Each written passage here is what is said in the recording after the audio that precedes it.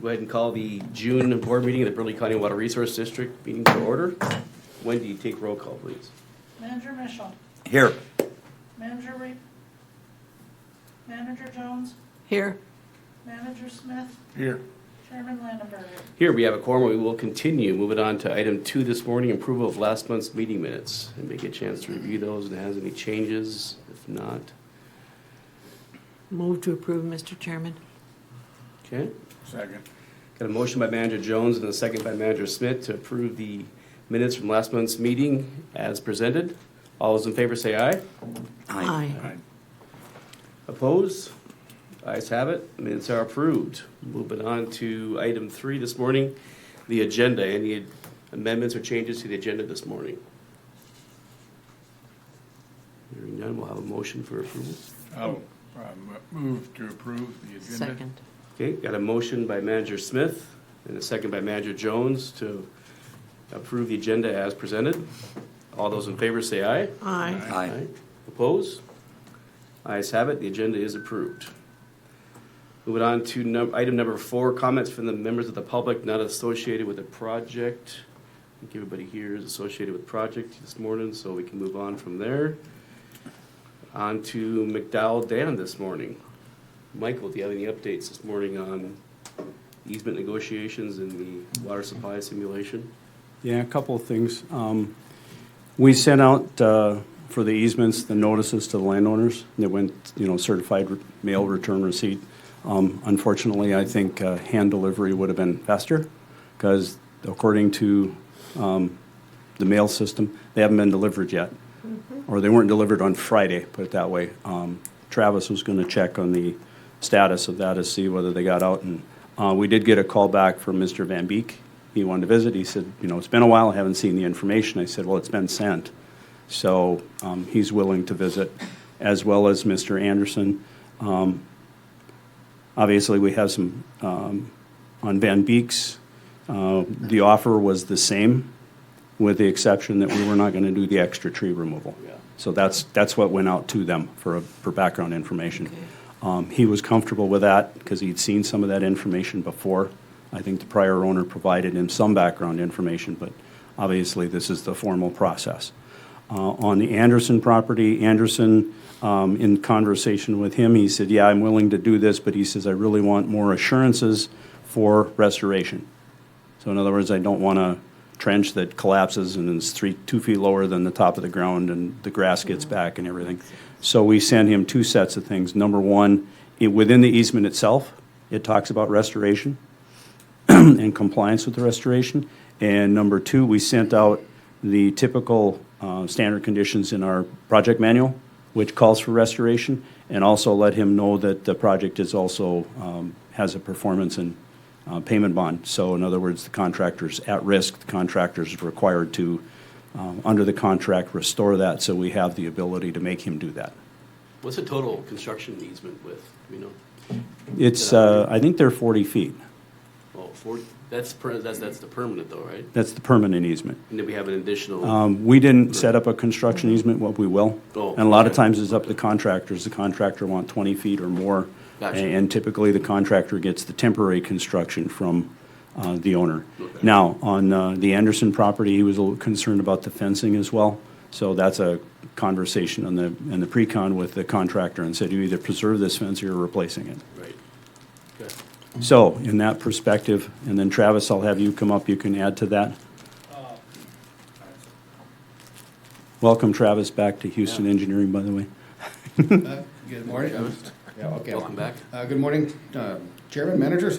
Quick update. I just got a message from Sean regarding those easement documents and the delivery of that. He said there's still no confirmation yet on delivery, and as it stands, they're showing still in process at the facility in Fargo. So they're still not delivered yet, but it has them. At least it has a location for them. So Our letter from Bismarck goes from here to Fargo, back to Bismarck, and then takes Right. a week and a half. And then as for the concerns about reclamation, that's a standard process where that's one of the reasons why we do construction observation on that, to make sure that they're compacting the trench, putting everything back, leveling it, and returning to the line of grade. And we have that right in the specifications that the the work is to be returned back to original grades as close as practical. and then, topsoil restored, et cetera. So we have all of that as our standard procedure for any kind of a pipeline project, and I would be observing that and just making sure that everything is put back the way it should be and that we get a decent product. Because, that's the last thing we want is to have to go out there and fill in any settlement issues or subsidence on anything like that. So we would definitely keep an eye on that and make sure the contractor is doing it correctly. Yeah, and the one thing, Mr. Chairman, I told Mr. Anderson, I said we do this all the time. I named them several larger projects that we do this on. And I said, we've never had issues with getting full restoration. Granted, there are some pipeline companies and others out there who have had issues, which I think I understand where his concern comes from. So from that perspective, I think what we may do is, Travis, it might be the scenario, just call them and find out if they received it, because sometimes I think the processing notices in Fargo get delayed from when things done. So touch base with them anyway. On a couple of other items, the water supply simulation, I just have some minor issues to tweak on the spreadsheet. I just haven't gotten around to that, and then that'll be submitted to the state relative to the water supply or the permit extension. So that's a small task. I just haven't gotten to it, quite honestly. And then on the bank stabilization and trail protection, I'll let Travis address the notice of award and notice to proceed to Bowman, as well as the bids that you have shown in your bid packet, or in your package. As Travis is coming up, Michael, regarding those easements again, what was the timeline? Did we have 30 or 40? I know we talked about a different. We had 30 days from the mailing, Yeah. but obviously they lost 15 or more just Right. because of the timeline. We don't have to hold to that, No. though, if we understand, okay. No, it's just a desired response, Yeah. so. Okay, thank you. Morning, Travis, again. Yeah, good morning. As for the McDowell Dam Bank Stabilization 2024 project for the trail protection on that, we conducted the bid opening on June 10th at 11 a.m. and we had 2 bids that we received. Both of them were conforming bids with no irregularities noted. And as I included in the packet, the letter of recommendation for the award of the project, we recommend the award to Bowman Trenching for an amount of $71,547, which was a fair bit below our engineer's estimate by approximately about $20,000. So we believe that that's a really good price for this work, and it's a contractor that we've had really good luck with before, and they do good work. So we would recommend the award to Bowman Trenching for that stated amount, and then we can, upon concurrence, we can sign the notice of award, send it to the contractor, and move forward with getting contract documents in place. Okay, before we move into that, I had one question just regarding their bids. Looking at that class 13, you kind of have what the engineer estimate about $90 a ton, and Weiss had 80. He had 32. Is that a concern at all that his number is so much lower than what for that aggregate? Maybe he's got I don't know. Yeah, I think 32 a ton for class 13 is still reasonable. Our estimate might have been fairly low just because of the small quantity on that, and we're looking at the economy of scale on this project. Sure. Because typically in the past, we've seen class 13 come in as low as $18 to $20 a ton. Usually Okay. it's measured by cubic yard, and that goes at about 2 tons per yard. And so, for larger volume projects, it's one of those where you have a smaller volume, your price can vary significantly depending on how they load their bid based on their travel costs and some of their overhead expenses for doing that. So, if anything, our estimate on that might have been a bit high. Okay. And they just loaded their bid a little bit differently, or they also, I know, happen to have a nearby supplier where they can get stuff, so their haul is fairly short to get to this site. Okay. Yeah, Mr. Chairman, kind of background conversation. I did talk to Mr. Bowman about some of those items. He does have a local supply for rock, and he was the one who was talking about the alternative routes, which kind of led us to have the addendum to get the alternative route. And that's a quantity of material, and Casey and I talked about this as a standpoint. You'd only put the material down if there's actual impacts to the road. So it's a variable in the process. If we don't have any rain and the roads are pretty good during that period of time, we may not have much. If it rains and they get rutted, obviously we got more. So I'm comfortable with the number simply because the conversation and knowing his sources are real local. Yeah, and also for this one, part of that cost is the placement, spreading, and leveling of that product as well, and placing it on the road. So the other contractors may have factored in a little bit more labor on that, or they just assumed a little bit more just to cover themselves. So could be that this is one of those quantities that's only going to be needed to address and touch up the approach going into that Aero Club, and then maybe some dressing up on the road as needed. And if we have a good price like this, that could be one where we look at maybe applying a little bit more of that product just to really return the road, or at least even improve it a little bit from where it is now. Because I know we're looking at it as a benefit to the park to improve their approach going in there, because that one looks like it's been neglected for some time, and we're kind of looking at this as something that we can do for them to give them a little bit of a little something back for letting us cross their park to access the site. Yep. Okay. Makes Okay. sense. Any other questions for Travis regarding this?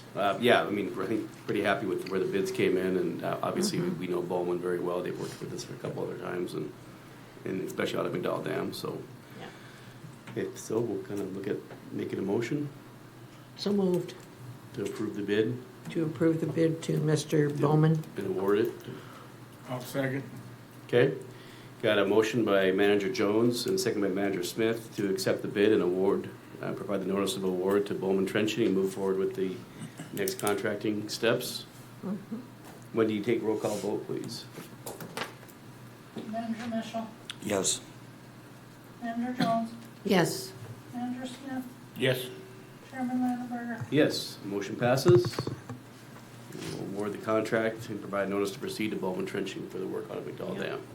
Mr. Chairman, if we Yes. could just back up on easement negotiations. Yeah. Two things. I would suggest that the board put on executive session on the agenda for next month. Okay. In the event that we have, the board has further action to take. Okay. I may as well do it now to make sure that we put it in. And secondly, with regard to any notice and communications requirements, the law requires that this be this certified mail, and that needn't be the exclusive method of communication at this point either. If Mike is talking with them, or you are, Mr. Chairman, lots of times when we comply with the statute, we're also using electronic mail, which is a practical matter of getting this information to the people to continue these negotiations. So, there's nothing wrong with the board getting and exchanging that information more quickly if it needs to, just to move things along. To the question, are we in formal or informal, I think we can talk about that next month. It kind of depends on what responses the board gets from the offers, and we can go from there. Everybody wants to move this along, including the landowners. So that's what we look forward to in the response to these offers. Okay, Yeah, thanks, Dave. Mr. Chairman and Dave, would it then be acceptable if we emailed the documents that were sent certified mail and also emailed them the notices that they've been sent to them? Yes, I would. Okay, because that way if they're not getting there and they're stuck in Fargo for whatever reason, we can at least document the fact that we've sent them to them that way, and then we can give them an emailed copy. Yes, and the board has complied with what the statute contemplates. We've done that. Having said that, we still need to get the communications going. Okay, so Travis, you and I will work that out this afternoon. Do we have email addresses for? Yes, we do. Good. Yeah, very good. Okay, thanks, Dave. Yep. Okay, emergency action plan.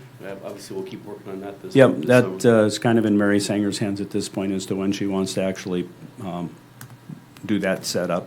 The emergency action plan's been updated, obviously. This would be an exercise of that plan.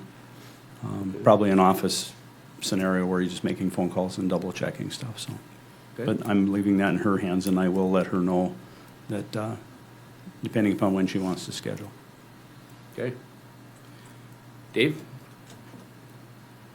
I get an update from the Park Parks and Rec this morning. Morning, Dave. Good morning, Chairman and managers. Just a quick update. As promised, I was going to give you some more relevant numbers as we met. So in May, the trail count was 857, and the vehicle count was 10,136. So we're starting to see the numbers go up as the weather gets better, obviously. everything's in full swing out at the reservoir. All the docks are in, all the equipment's available for rent. We have good seasonal staffing, and staff is keeping everything well maintained out there. So we're in full swing with everything, and it's going well. What the plan for that playground equipment, is that?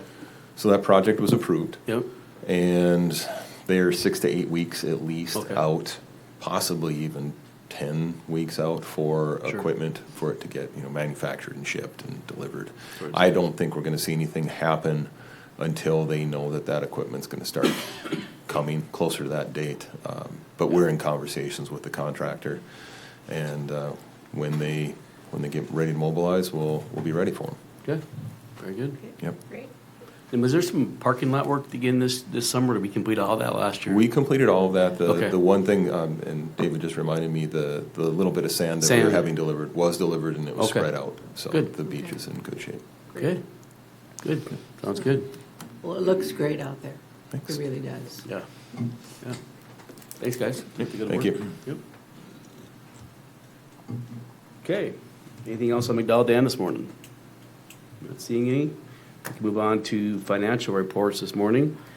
So Dennis not being here, he did send Wendy and I some information. There is some information in your packet as well.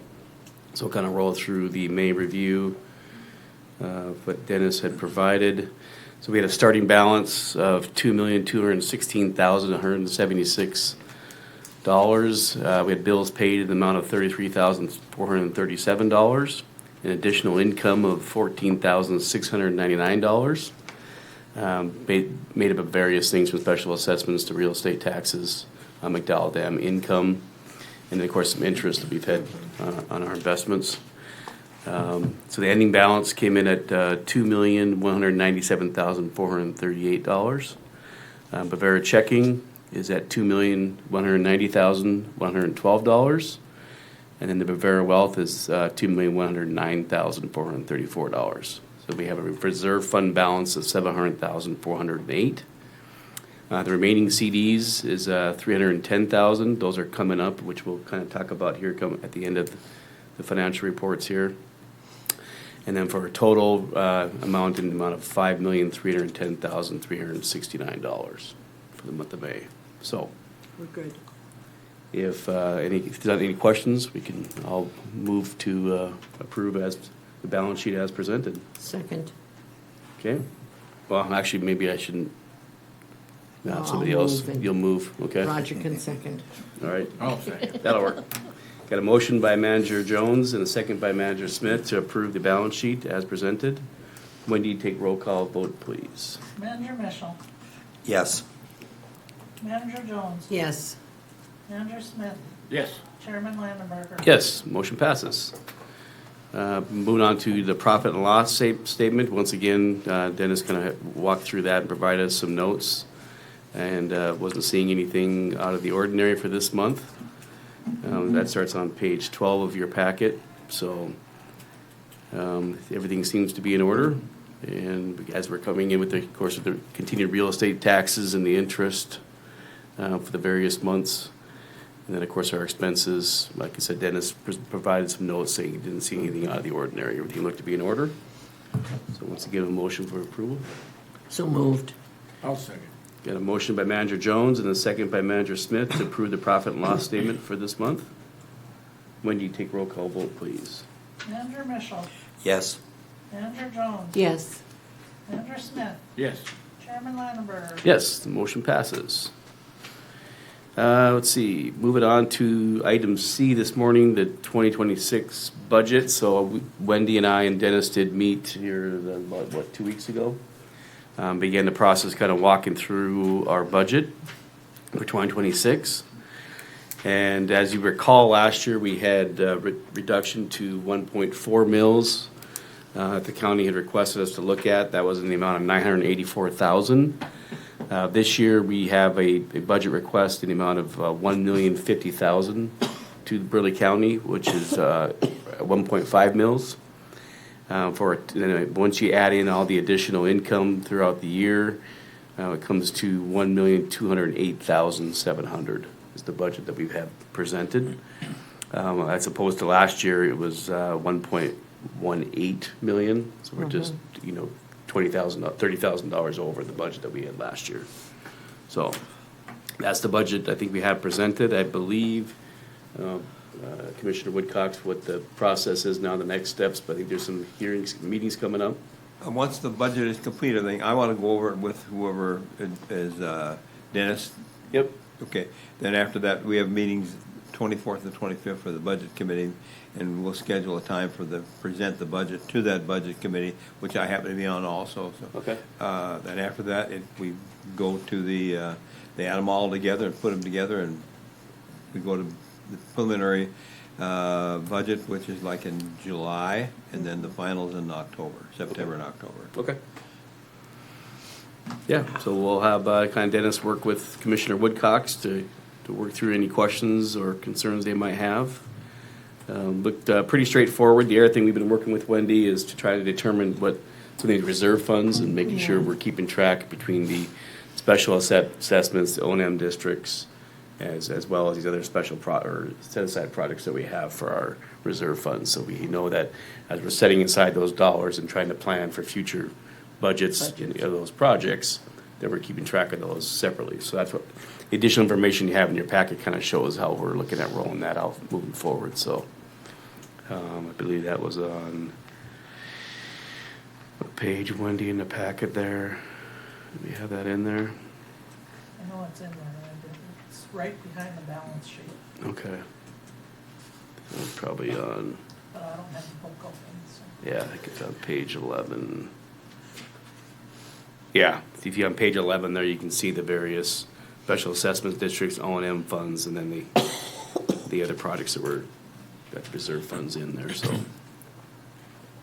Okay. Any questions regarding the budget process? Okay. I don't think we have any, at this point, any sort of approval on that. I think we'll wait to see what the final budget comes in, and then we can have the final approval after that, so. Okay. Moving on to the next item, the CDs. Obviously, a few of those came due, I think, just talking with Dennis, and he had spoken with the bank. And we're looking to probably roll those into the Bavera Wealth, because the Bavera Wealth, I think, was sitting at 4.29%, 4.04 effective rate. It dropped a little bit from 4.27, but the CD rates are as follows, basically 4.1% for a 5-month, down to 2.75% for 36 months. So in a sense, the Bavera Wealth is still having a higher percentage rate than any of the CDs that we could get at this point, so. Mr. Chairman? Yes. I have a question for you. Have we ever looked at T-bills? I don't believe so, no. Because T-bills tend to run at a higher interest rate, depending on the term and the amount. Okay. Well, that's something we could certainly bring up to the bank and see if they. Yeah, see what they've got to say. Okay. We can have the Dennis maybe inquire and see what they can find out for us and Yeah, report back. Yeah. Okay. All right. Okay, any questions on the financial report this month? Okay. If not, we can move on to, Excuse me, oh, Mr. yeah. Chairman, yes. I think we have to have a vote on whether we want to leave the CD. Oh, for the that came due CDs. In the Bravera Wealth or move into a new Okay, CD. we do have to have action on that, yeah. Okay. So do we know how many CDs are coming up on that one? It was the last one we had. We just had one on that. Yep, Okay. for the 310,000. That's the one, okay. All right, so we will need a motion to, as that CD comes up, move that into the Bavera Wealth. So that's what we're voting on, to Yep. move that in. It has already been moved into the Bravera Wealth, Yep. so it's just whether we want to leave it there or move it to Oh, a CD. okay. I'll make a motion that we leave it there. Leave it in the Bavera Wealth. I think, Okay. I would second. Okay, got a motion by Manager Smith and a second by Manager Jones to keep the amount from the CD of 310,000 in the Bavera Wealth account. Okay, Wendy, take a roll call vote, please. Manager Mitchell, Yes. Manager Jones. Yes. Manager Smith, Yes. Chairman Landenberger. Yes, motion passes. Thank you, Wendy. Now we'll move on to drainage permits and complaints this morning. Any updates on the River Road at this point? I don't think, Not, still it's still still wet and pending. waiting, yep, okay. And we can move on to Keelboat Park this morning, Michael, any updates there? Probably. I don't remember whether I updated the board the last time. We were doing a little bit of research, and the DWR did request a memorandum of that research, which I have not yet prepared. But what we've noticed is in the record, that particular area, even though the easements are there and we have copies of them, that structure is not in the O&M manual for either Section 32 or the Garrison Wahi. It's just not there. There's just blank. However, the documentation for the agreement with Burleigh County shows that Burleigh County is, if you want to call it, on the hook for the stabilization for structures within that section. So there's some discontinuity there between the obligation and the fact that the structure's not identified in the O&M manual. So we'll put that documentation together, share it with the state, and obviously they wanted us to have legal counsel review that, so Dave and I will step through that, and then we'll just forward it to them. My first impression on this is that based on what I'm seeing, my initial thought, unless I find something different, will be that the O&M responsibility is back on the state in this case. If in fact it was in the O&M manual, I could see, because of the agreement with the county, you could probably, put that onus on the county, but I don't see that as, there's, the inconsistencies there to me put it back on the state, which is kind of where I was at initially when I kind of sent it their way. But they wanted us to do the research because we have the background information as well. So I will prepare that memo and get it to this board for transmittal to them. From the standpoint of the project that's going on down there, their design, the discussion with the state was that as long as the proper, again, whether it's the county's or state's responsibility, that easement, as long as proper access was provided for that structure, the project could proceed. It's just a matter, there may be some paperwork later to authorize that work being done within the easement boundary. So, At the end of the day, as long as the easement's there, or any kind of. as long as, work. right, as long as the proper access is provided, Yeah. there shouldn't be a problem with them proceeding with what they're Okay. doing. So we're not, nothing that's ongoing is holding it up. It's just a matter of defining the O&M responsibility. So. Okay, very good. Thanks, Michael. Any questions on that? If not, we can move on to the Hawk Tree HOA discussion this morning. Yeah. I'll have to say, Casey, I think receiving 40 emails in about 30 minutes has got to be a record for me. So that was pretty amazing. A lot of information being exchanged back and forth, so that's good. Good. Yeah. Record. And what we've done in the office, we did send an email out to the Mr. Brown and told him, I said, it's going to take a while to go through some of this stuff and ascertain the history and chronology and put pieces together. But we had admin staff basically review these out, scan them and print them out so that all we're looking at are the ones that we need to, because sometimes there's email strings and you get 6 or 7 emails, and in all reality only one matters. So we're having admin look at that and dissect it a little bit, and then we'll create a scanned drawing or a scanned file that has all that stuff in it, and then we'll do the review and go through it. Mr. Chairman, you and I talked about some of the issues out there. I think the key thing is, and we talked about this briefly, I think at the last meeting, is to define the chronology and the history of what went on, and in essence set up the documentation of where the obligations lie as we see them. Whether or not the district has jurisdictional authority or wants to exercise jurisdictional authority is a question Dave and I need to look at. And bottom line on that. Yeah, Yeah. makes Want to sense. speak this morning at all to this topic? Morning. Good morning, Chairman. Good morning. Managers. I'm Brad Brown. I'm the HOA president out at Hawk Tree. Okay. And Morning, have Brad. been now for about 2 years. Prior to that, I was the vice president for 3 years. I've lived out there since 2019 when we built our house on Clubhouse Drive. And just to give a brief history about that area, in my unprofessional opinion, I think there's a design flaw with the drainage in that area. behind my house. There should have been a culvert possibly put in there, or maybe the ditch designed different so it would run to the east and go to the culvert that it's supposed to, and then cross clubhouse and drain into the driving range. What we've tried to make happen is a culvert put right on Clubhouse Drive, right just after the curve there, so that it would drain onto the driving range, but we haven't been able to get permission to do that.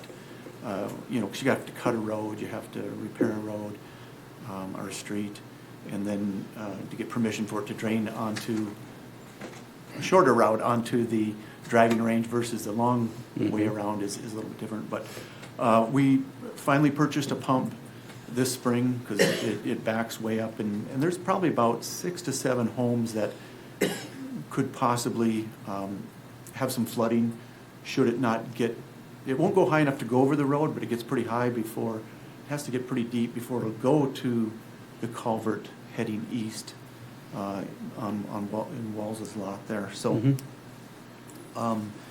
we've pumped it several times due to spring runoff.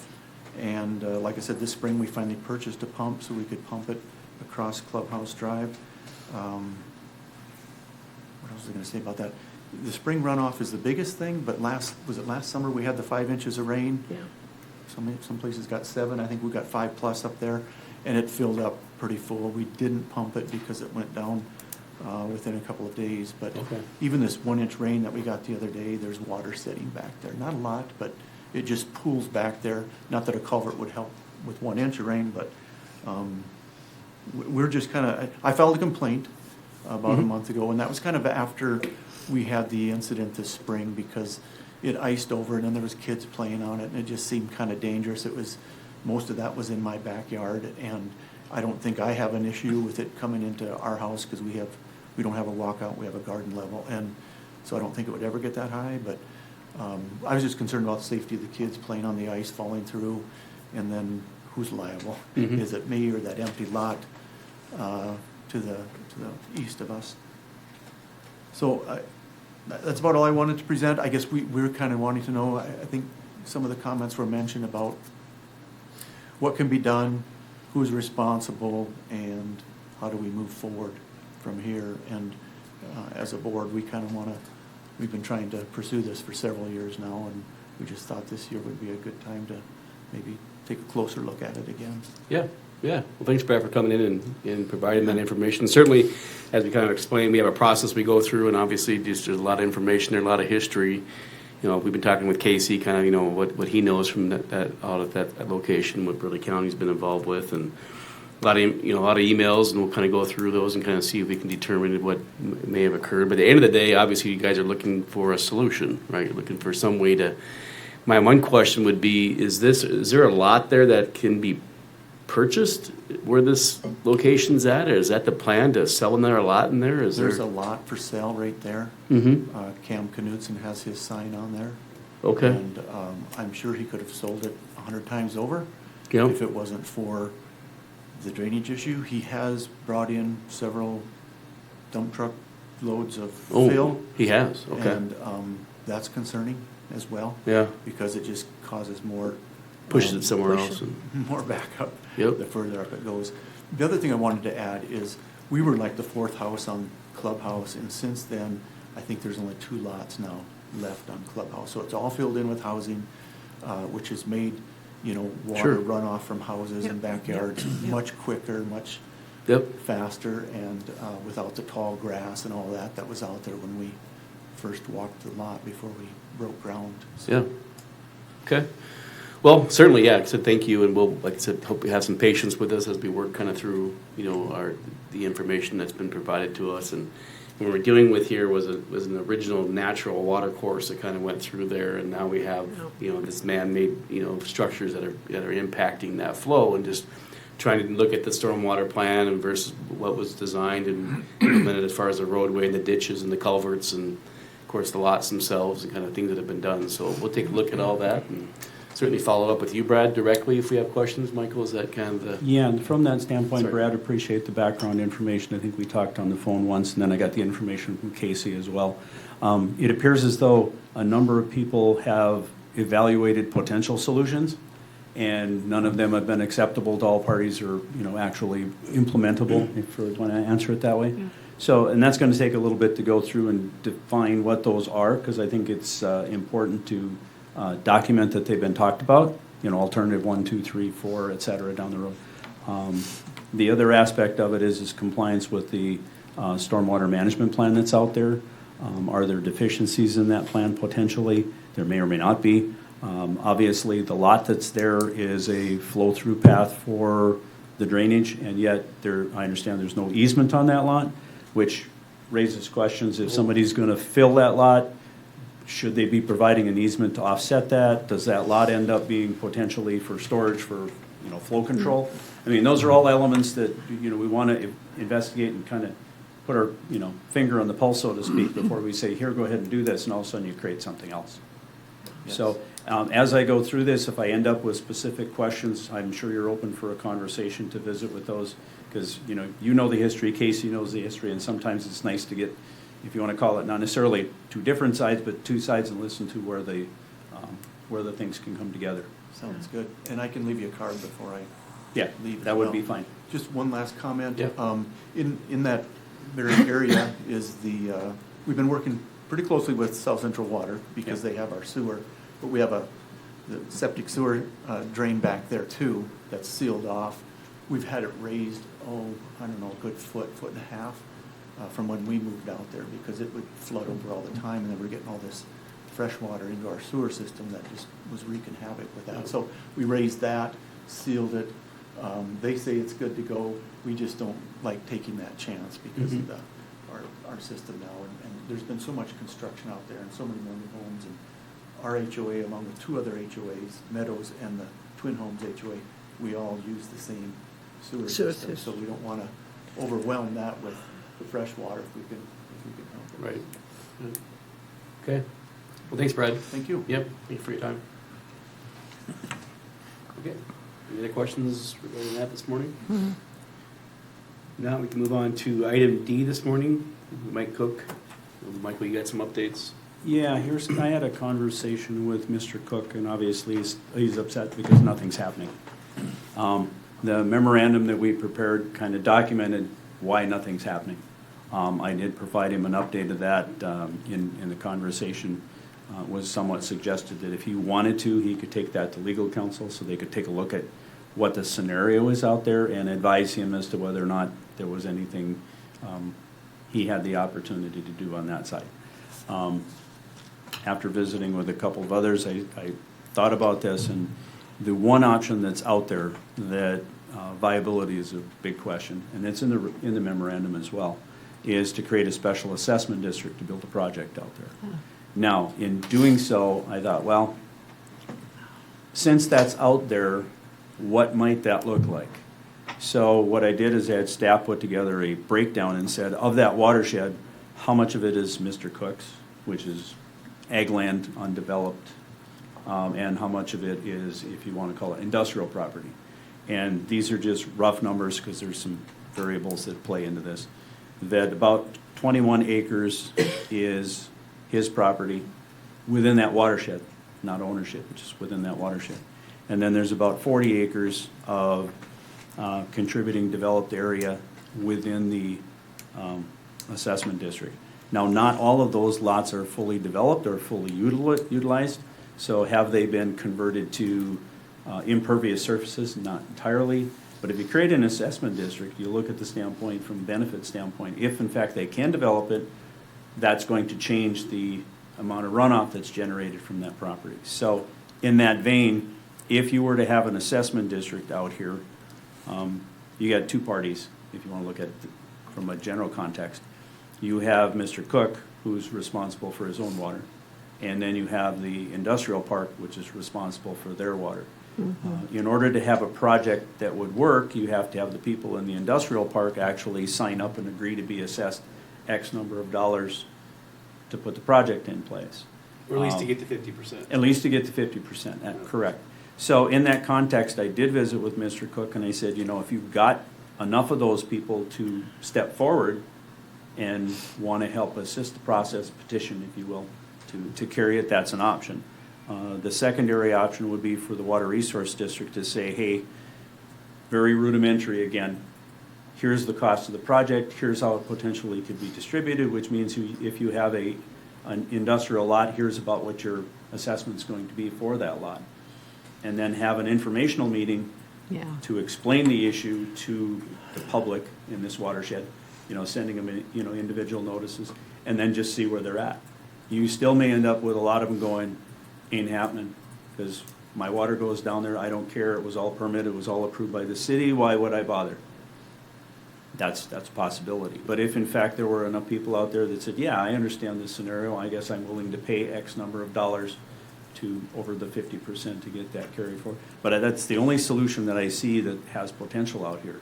Other than, and I've suggested this to Mr. Cook as well, that, he just pay the full tab and get it built. Or go the lawyer. Or go the legal route. And of course, the legal route, there's a couple of things Dave and I visited over the years. He has to prove damages. Well, okay, good luck sometimes on doing that. And quite honestly, the damages may be less than the cost for him to pay and build a project. So, Yeah. And what would the project entail? well, basically, we're looking at a drainage path along the, along Burleigh Avenue, Yeah, and then crossing the road. 48th Avenue, and then it would cross the road and go down Sibley Drive. So it's there. I mean, it's a feasible project, it's just giving it an outlet. So, it can be done, the thing is it has a cost. And Mr. Cook, for his 20-some acres, is probably not willing to spend, I think it was close to $100,000, wasn't it? To do that. Now, I do not know, and I just background information, Dennis isn't here, but he could allude to this. The Department of Water Resources is now in the process of evaluating whether or not they can cost share on storm sewer projects. Yeah. They have not in the past. That's been a no-no for a cost share. How this might play in the cost share possibility down the road is an unknown. But I toss that out because that conversation is occurring. So, with consensus of the board, we'll kind of step through this a little bit further and look at what that option means for that special assessment district. And then if you're interested of having an informational hearing, you could. Whether you do or not it's not, I'm not looking for a decision, but I think you need to know more information to say, do you step forward and even look at that? Right. I agree. And it's not going to take a lot to get there, because like I said, this was only a couple hours and I had the information in hand. Yeah. What's the consensus of the board? I mean, to me, I feel, kind of bad for Mike in the situation that he's in, and certainly this could be a way to possibly get to an end result for him. So I don't have an issue of, I think, having Michael look into this a little bit and just communicate with Mr. Cook on what options he might have and see where this may head. But I would agree. Yeah. everybody else, absolutely agree with that. Okay. Yep. Okay, Casey, you got anything you want to add on this one? You don't have to. I'm just curious. dollars would be nice. Sorry, just kidding. Good luck on that. Sorry to put you on Morning. the spot, but- No, that's right. Casey with Burleigh County Highway Department. There's a lot of past history in this part. A lot of the Metro Industrial Park, they all submitted site plans through the city process, and they were all approved, and they all obtained waivers to have a half a CFS more, 1 CFS more for each individual site, and they were all approved. And we seen, as the highway department, it was starting to impact downstream. And so when new site plans have come in, we said, you can't, there's no waivers going on, but it doesn't alleviate the issue. It was it's had been 10 years now. We talked with Randy and Mike, and we had some money in our program to help at that time, and if you give us drainage easements, we can install this, and we figured it all out, and we'll do that. We were unable to come to an agreement on drainage easements, and I have a lot of drainage issues throughout the county. I have to go to the next one. I can't just stay. In our budget, we have no money to help at this point. We're not saying something doesn't need to be done. We've talked with a lot of the owners in Metro Industrial Park, because there's been a lot of drainage problems in there. We had to regrade the ditches out almost completely 8 years ago, Yeah. just to get it to drain downstream through there. And it is, you have almost 700 feet that's almost flat in there. And it was, we can't really get it to drain, but we can get it to at least get to the ditch. And it'll, if you get a 3-inch rain, it'll want to go downstream. Anything else is just gonna sit in the ditch. And a lot of those owners, we've asked them, hey, would you be willing to participate? I went through the process, I've been approved, I'm not paying more money on that. Doesn't mean they won't reconsider. It's been years since it's probably been 6-7 years since we talked to them on that.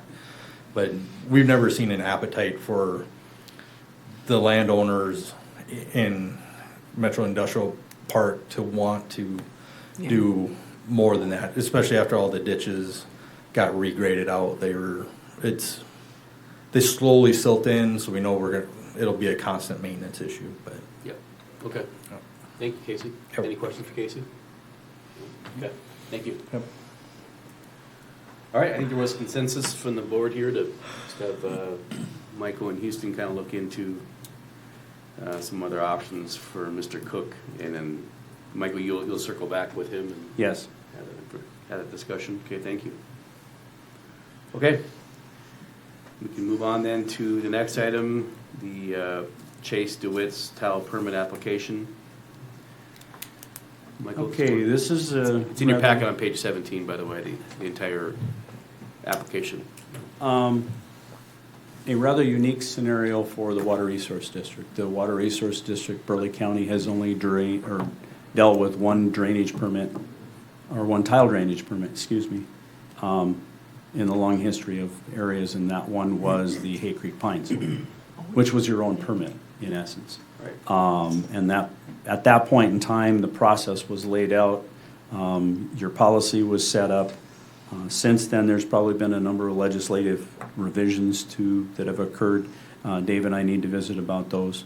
The important one, as it sets several points with this particular application. One, the owner was notified. Ellingson's doing the tile work for them, for the owner. And the owner was notified pursuant to Water Resource District policy that they have to have a $500 fee that needs to be submitted. So the review or the processing of the application under policy would be that in 3 days after it's submitted, or compliant as I would call it, in other words, 3 days after we get the check in hand, we will look at a compliance to see whether the permit is complete and all information is contained within it's necessary for processing. Drain tile permits typically statewide have been set up to where as long as you're discharging into a natural water course, there's a notification requirement of all the landowners along the downstream receiving water body tributary of 1 mile. Okay. That being said, that process of notifying those landowners is the district's obligation as part of the process. So there's a standard letter that gets prepared and is sent out to these owners. The applicant has provided the ownership tax records, if you will, so we know who those property owners are who will receive the letters. I need to visit or want to visit with Dave regarding that 1 mile limitation because this particular application involves, it's 320 acres, so it's a fairly sizable drain tile system. I don't begrudge the owner for the reason for doing it, looking at the property from an aerial perspective. However, it discharges into a natural tributary, a natural stream that goes into a closed basin. Interestingly enough, and I'll just put this on the table, only a small portion of that closed basin involves a landowner that will be notified based on what the applicant has provided. There is another 640 acre parcel that's immediately downstream to where this water discharges, and that owner is not being notified. Now, I don't know that we can, as a board, actually notify that person that's a question Dave and I'll have to go through.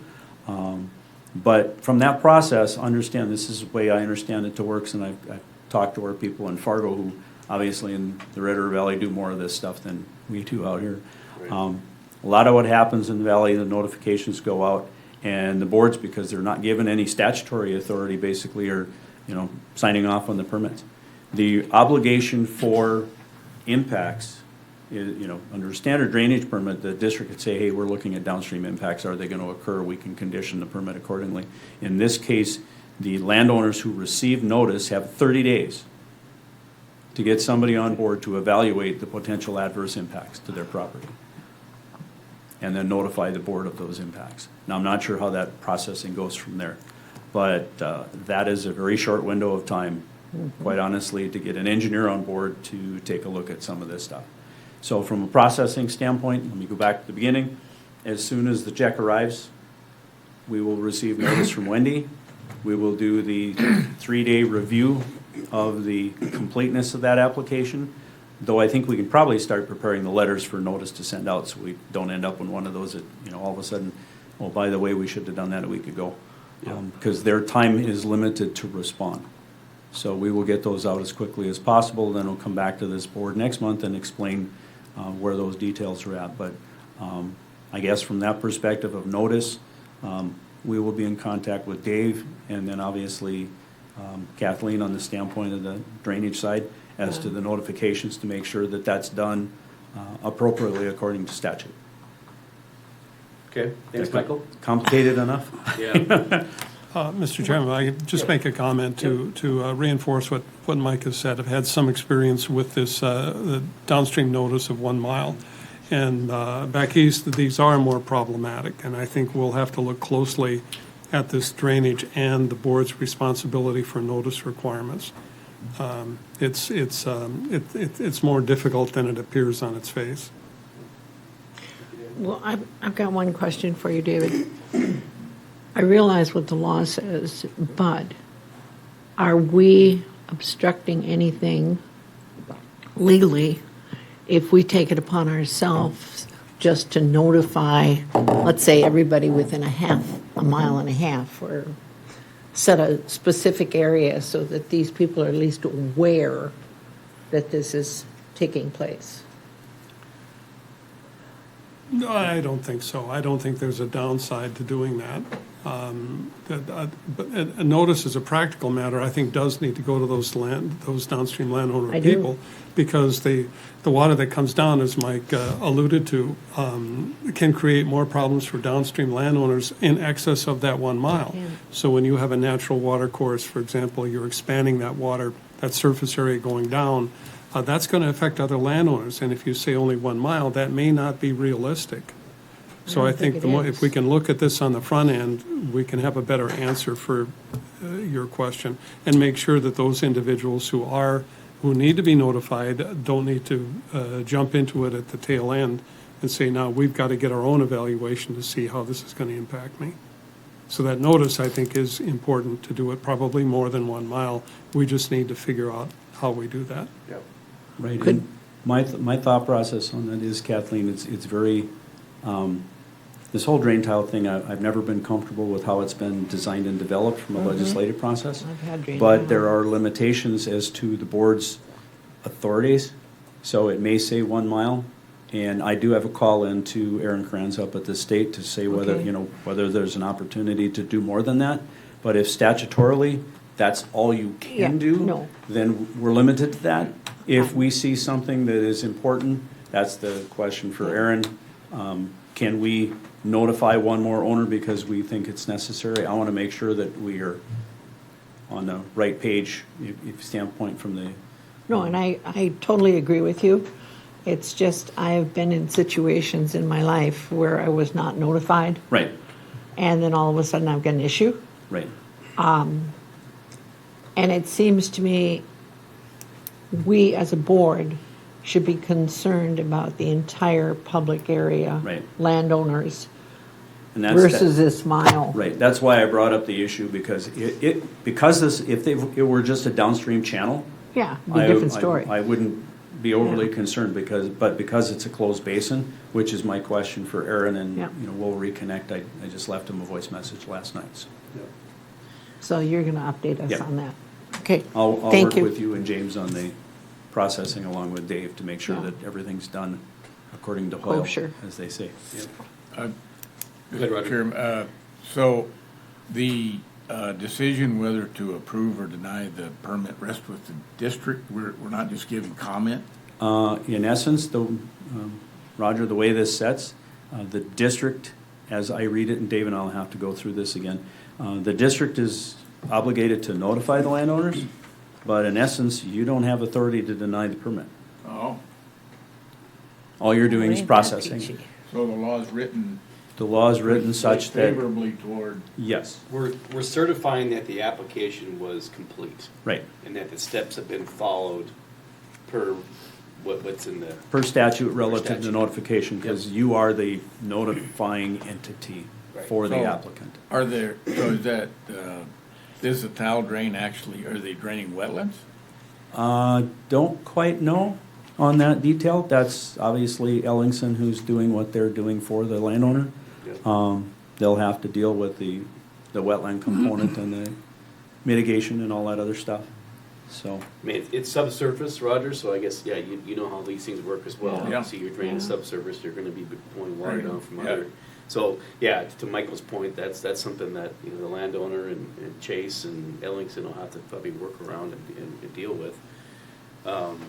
Yeah, And- great questions. And then I just wanted to make sure, Chuck, you don't have your computer, Kathleen, and you can certainly look at this I've seen printout. this, But yes. making sure the board members understand, kind of as Michael was walking through, if you look on page 21 of your packet, and you see the aerial there, and you see those quarter sections in red, and you see that blue line, where it starts there is the outlet point that Ellingson is calling out on their design. And if you go 1 mile from that point, you get up to that bigger slough up there in that northeast corner of section, or southeast quarter of section 28 there, where those two other little circles are at. You see that, Chuck? Yep. That's about where the 1 mile's at. And it's Okay. one river mile? stream? One water course mile. Yeah. Okay. Water. Yep. Okay. And then, but as we're getting to, as you can see, that slough is then connected to the larger slough to the southeast, which then gets into that other section there below section 27. And is there that's kind of what we're discussing. Is there a need here to, And the closed basin you're referring to Yep. is a larger wetland. Yes. up to that where it stops as well? That's all connected. It's that one there. Yep, but it does connect up to that smaller one. And it where- connects, yeah. Yeah. But this is the, Yep. the lowest. There is no overflow. No overflow. Well, there Okay. is, but at some Yeah. point, it's got to go up like 10 feet before it. Right. Yeah, at that point. Yep. So I just kind of want to make sure the board understood the information here that was being presented in the packet. And then, of course, the previous page on page 20 shows the layout of all the, the drain tile itself. Yeah. If you see I that. saw that. So, but yeah, to Michael's point, our role in this is just to make sure that the application and process is approved. being followed. And complete. Yep. And do you have? So I have a couple questions, oh, yeah, sorry, Kathleen. One is, have we received the $500?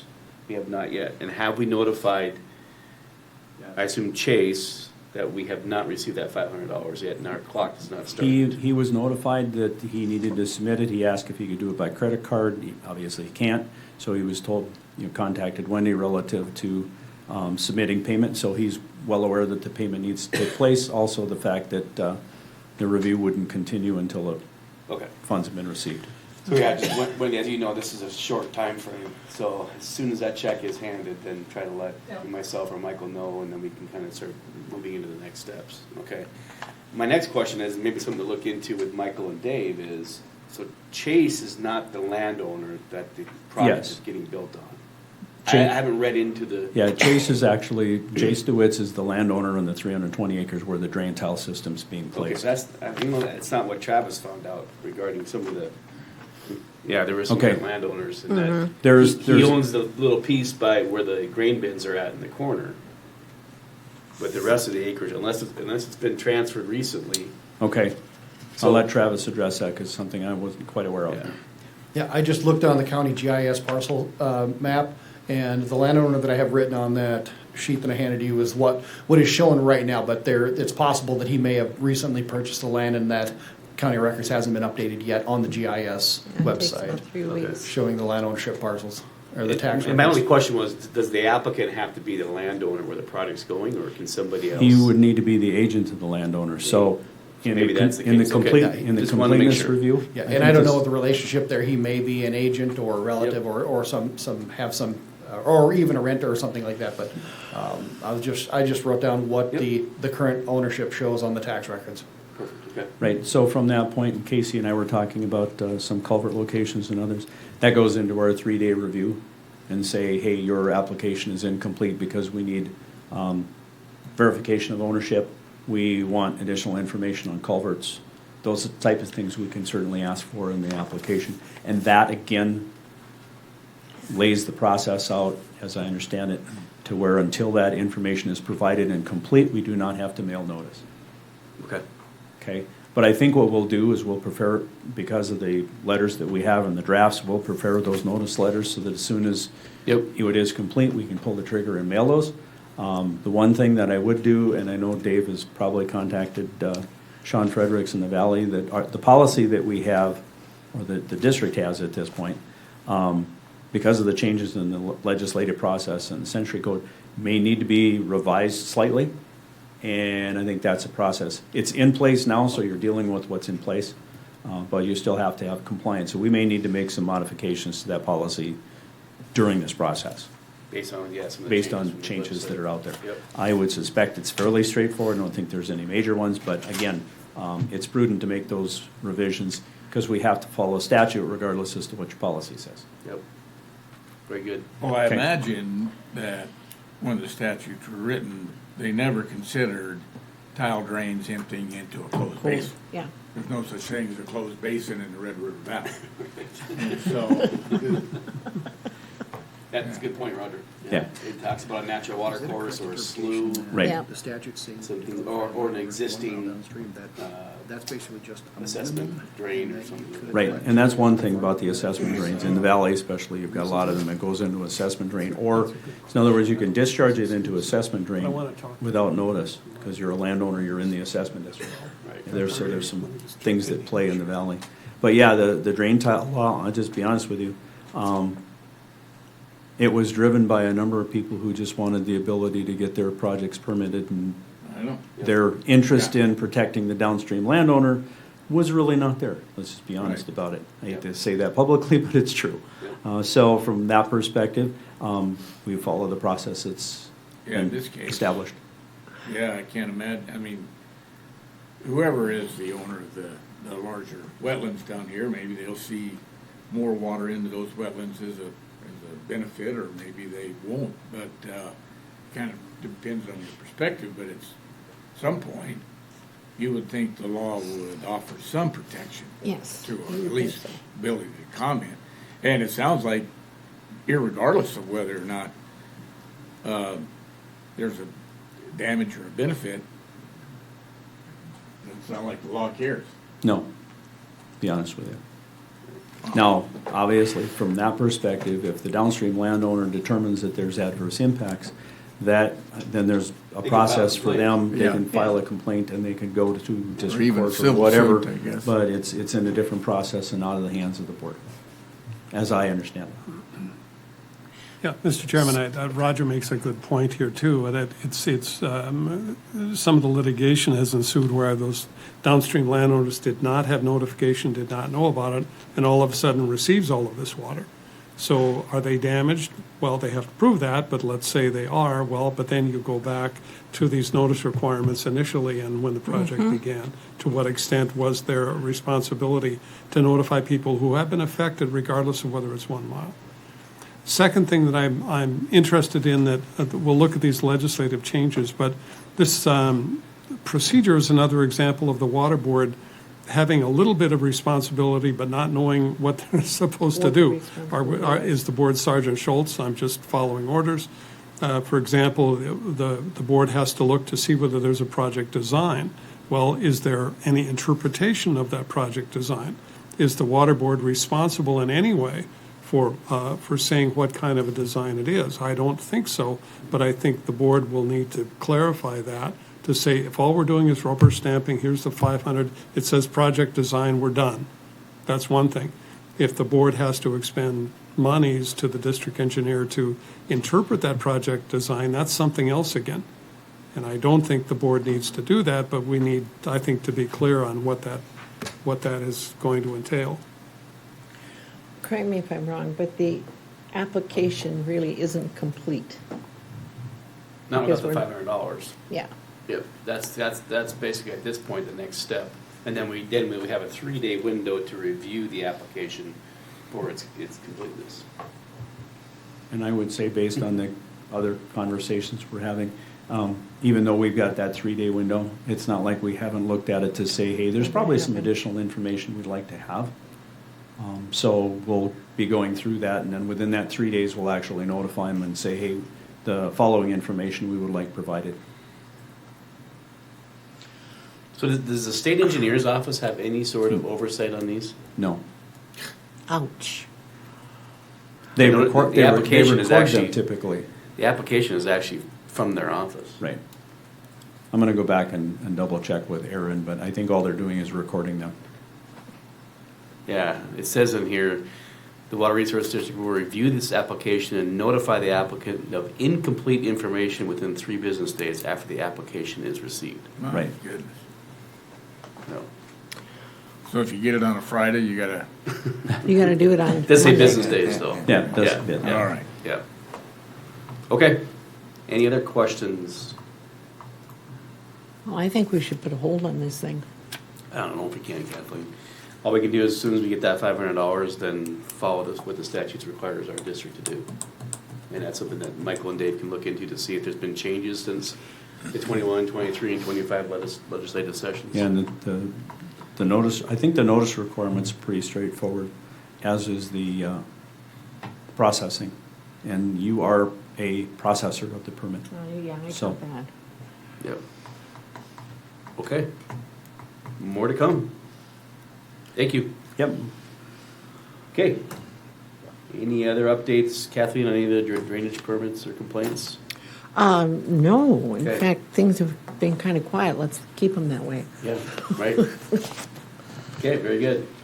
Okay, we can move on to item 9 this morning, projects. I don't know if any updates regarding Hogue Island. Michael, No, I did get, just so Travis and you are aware, I have been communicating with one of the landowners out there regarding kind of the finished product and kind of wondering if, I think you guys had sent somebody else out there.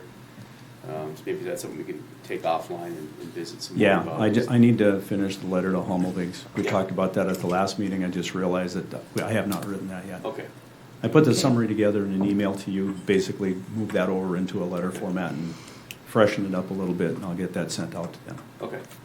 I might take a visit out there myself, just. But just as a background information, in the research, I did visit with Travis relative to what happened on that particular property. Dave Bowman was in the office, the contractor, so I visited directly with him relative to that property.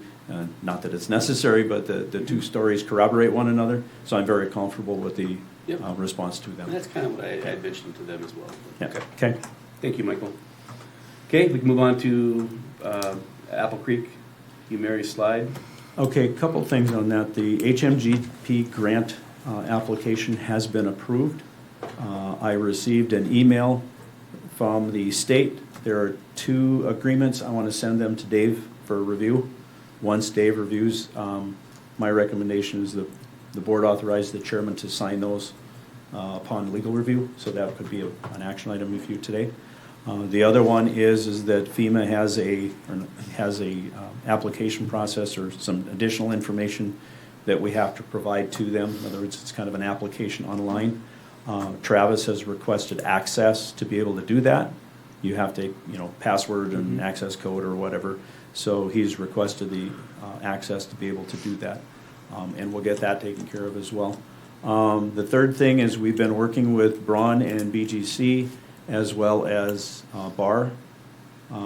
Very good cooperative communications going on relative to what they did, how they did it, design, what they were thinking about, what their limitations were. I mean, obviously, there were a number of engineering firms involved in the process from the beginning to the end, as well as construction observation, et cetera. So we've had a very good working relationship thus far. So we are now in the process now with a grant approved. We've finished that out, and then we can actually start doing field work. I Okay. do understand that Barr is communicating with Weiss, who is the contractor, to finish some of the things in the field. There are some concerns out there, obviously, with the heavy rainfall and stuff going into the cracks, which are down by the river, and that potentially moving. But the documentation that's out there from the upper bank portion outside of the initial subsidence is that that area is stable.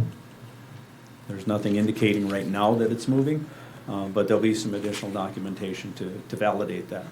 So like I said, it's ongoing, very good communications and cooperation on all sides on this one. Good. So we're happy with that. You said we had some action to take this morning? Or is that? Just on the standpoint of the applications from the state and for you to sign those.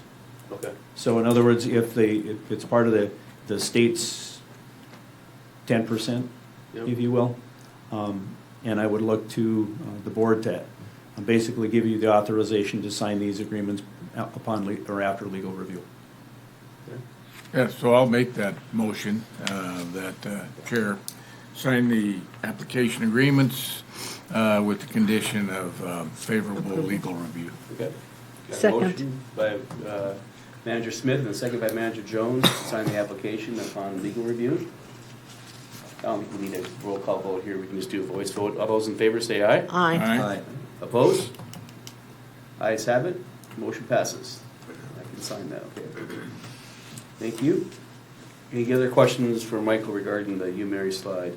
I was curious, Casey, is the county continuing to monitor that location a little bit? Are they sending their drones up? And sorry to get you back up here again. No, it's fine. They just flew it yesterday, Oh, and okay. just sent the updated link for River Road and for Apple Creek down Okay. there. And then are you guys monitoring some of the other slides? I think there's like 3 kind of areas that are kind of in question. There's another downstream, it's not nearly as bad. There's one upstream Yep. that's probably worse, but it's a lot further away from where any residents are, so Yep. we don't do that as often, but it's more, what's it look like in the spring, what's it look like in the fall? Okay. And go through there where those two are more active, so Okay. dealing with those. Okay. Because if that were to have a catastrophic slide and cut off Yeah. Apple Creek, that would provide just as much damage to, No. or less? No, it would not. We actually Okay. looked at that area, Okay. and if that fails, in essence, the water goes over the top of it and it just flushes it out, where it wouldn't block anything off and cause the backwater that the downstream one Okay, was. that's good to hear. Okay. So that's kind of why when we looked at it, this was the focus area. We didn't need to look at the other two Yep. from Okay. an expense standpoint. I agree with Casey, continue to monitor it because it's, at some point in time, something might happen. Yep. But it does need to go to this level. Okay. Yeah. Makes sense. Yeah, we just had another one, this, not a slide, but a bank erosion threatening a road this week by Minokan, up in Minokan Grove, but Oh. we've already worked through the process and placed riprap to protect it, going through there, but in case you guys get calls, Okay. we've already Okay. dealt with Stepped it. into it, okay. Yeah. All right, thanks, Casey. Yep. Okay. That's it for projects this morning. We can move on to other old business. The only item that we have on there is the Burleigh County CRS. I don't know, Mitch, if you've got any updates for us here this morning. I know you guys are continuing some things there, but Good morning, Mitch. Mr. Chair, members of the board. Yeah, we're still continuing with submittals, we're putting a packet together. We just finished an application for an ISAA agreement with FEMA. It's the information sharing agreement for the rep loss properties. This is sensitive data, so we have to make an application. They send it to us, the list, and we have to destroy it in 3 years. And so, but it gives us a list that we can apply for another credit activity. okay. And so we're working along on the rest of those activities. I did talk to the NFIP, the state NFIP coordinator, and he said possibly this fall we'll have a meeting. Okay. So that's about it. Okay. How about that obstruction, that structure that was in Apple Creek? Did that ever get resolved? No, let me touch on that one. Then I do have another one that I forgot to add to the agenda, but it relates to Mitch. Yeah, we were waiting for some information from Karen Goff. Oh, okay. She's provided some, but she was going to look into the standpoint, can we define who actually put it in? Well, I meant that pole barn that was. Oh, the Yeah. pole barn. Okay, Yeah. sorry, I was off No. on a different topic. So. You're good. Okay. I don't know, Mitch, is there any updates on that? We did serve him papers. Okay. The sheriff, have not heard. Okay. 'Cause that was potentially going to impact our application, right? The CRS? Yes, Yeah. yeah, it's in the floodway. Mm-hmm. Yeah, so it's, he's not responding. I did talk to Scheider, Attorney Scheider. He may be representing him. Apple Creek did, the township, we talked extensively on this, and I did ask them to go down there and see if they can discuss this with the property owner. And, you know, I located an area where you could move this building out of the floodway Mm-hmm. and line them up with a surveyor to create a elevation certificate. Apple Creek was going to share in some of these costs, actually. Oh. For moving the building, they lined up a mover. Oh. Okay. Actually, yeah, so but he did not respond. No, we did not hear a response from Okay. it. So I had asked the sheriff to serve in papers. Okay. I know there was going to be some talks with like FEMA Region 8 regarding kind of the mapping and whether or not this would impact our app. Did Yeah, that ever we've had that conversation with Tom Burney, and the issue comes down to when we have the CAV, the community action visit, that will be a topic at that point. Okay. So, He Okay. stated if we have any violations in our jurisdiction, then we cannot qualify for the NFIP Yeah. credit. The CRS application. Yeah. So that's this. If we don't get an answer, if the owner doesn't respond, then we will have to take it to court. Some kind of judgment's going to have to be reached with this, and a decision, and then a judgment, and then action. Okay. Thanks, Mitch. Any questions for Mitch? okay, hang on, Mitch. I'll go through Michael's- one thing background scenario that didn't get on the list as far as drainage complaints, and that's the sheet pile we're in Apple Creek. Yeah. Waiting on Karen Goff to get some information so we can go further relative to who actually installed that. So that's about as much of an update on that one.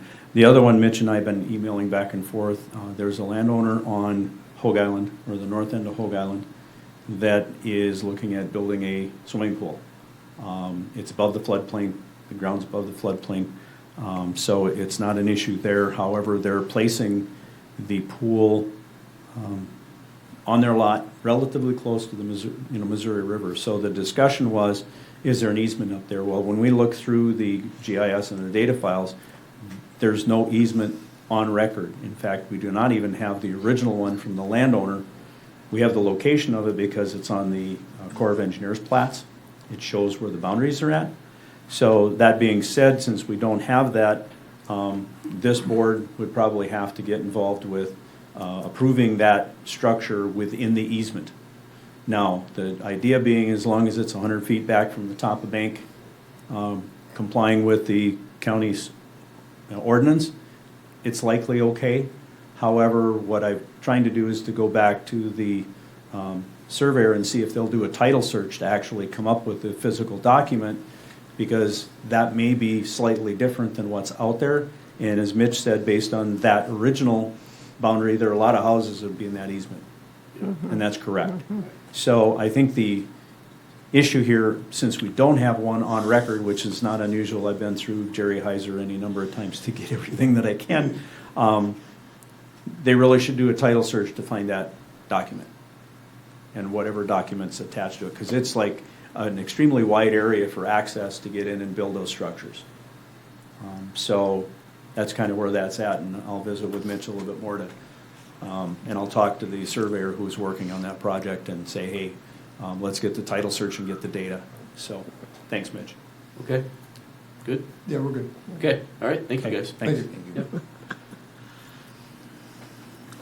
Okay, we can move on to new business, unless there's any other old business this morning. But now we can move on to new business. I don't think we have any updates, Michael, regarding the hazard mitigation plan.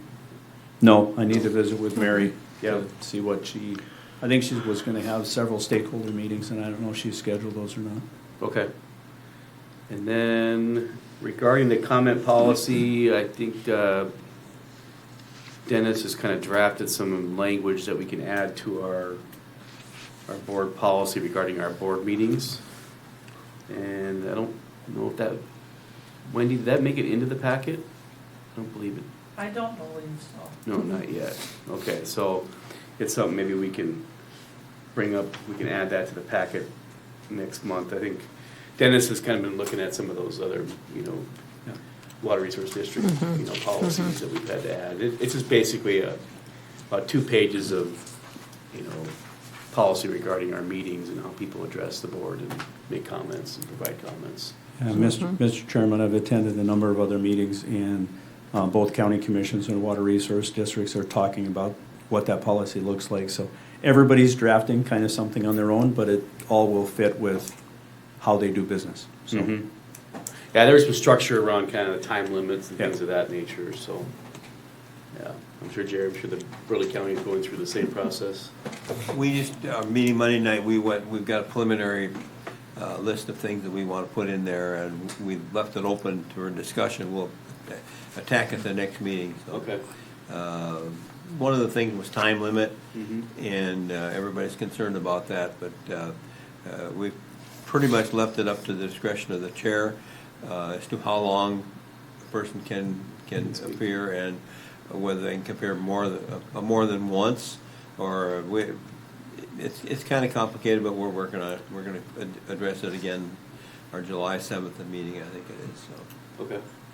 Mr. Chairman, Yeah, I'm go sorry, ahead. Mr. Chairman, I Yeah. just want to echo what Commissioner Woodcock says. I think as long as these new policies allow for the discretion of the chairman and the board to extend or modify these requirements in the course of any meeting, I think you're okay. But I think that discretion has to be maintained with the chair, to be Yeah. able to do that. Yep, I agree, yep.